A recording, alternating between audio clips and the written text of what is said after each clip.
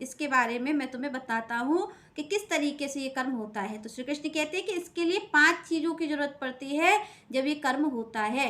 तो यहाँ पर श्री कृष्ण ने कहा कि 5 चीज़ें जब होंगी तब ये कर्म बनेगा। और ये कर्म क्यों है? क्योंकि ये कर्म मृत्यु के पश्चात भी फल दे रहा है और इस संसार में भी दे रहा है। श्री कृष्ण कहते हैं इसका कभी भी आपसे छूटने वाला नहीं है। तो किस तरीके से जो सन्यासी है, जो त्यागी है, नहीं बंधता है, तो यहाँ पर श्री कृष्ण बताते हैं कि ये वेदांत है। वेदांत में इसका पूर्ण वर्णन दिया हुआ है कि ये 5 चीज़ों से बनता है। तो वो 5 चीज़ क्या हैं? तो सबसे पहले भगवान ने यहाँ पर कहा कि कर्म होने के लिए, आपका एक कर्म बनने के लिए 5 चीज़ों की आवश्यकता है। उसमें पहली चीज़ भगवान ने कही शरीर। आपको शरीर चाहिए। आपके पास जब शरीर होगा, क्योंकि यहाँ पर आप देखिए भगवान को प्राप्ति करने के लिए भी यहाँ कहा गया कि साधन धाम मोक्ष कर द्वारा। यहाँ पर कहना पड़ा तुलसी बाबा को कि ये क्या है, ये शरीर क्या है?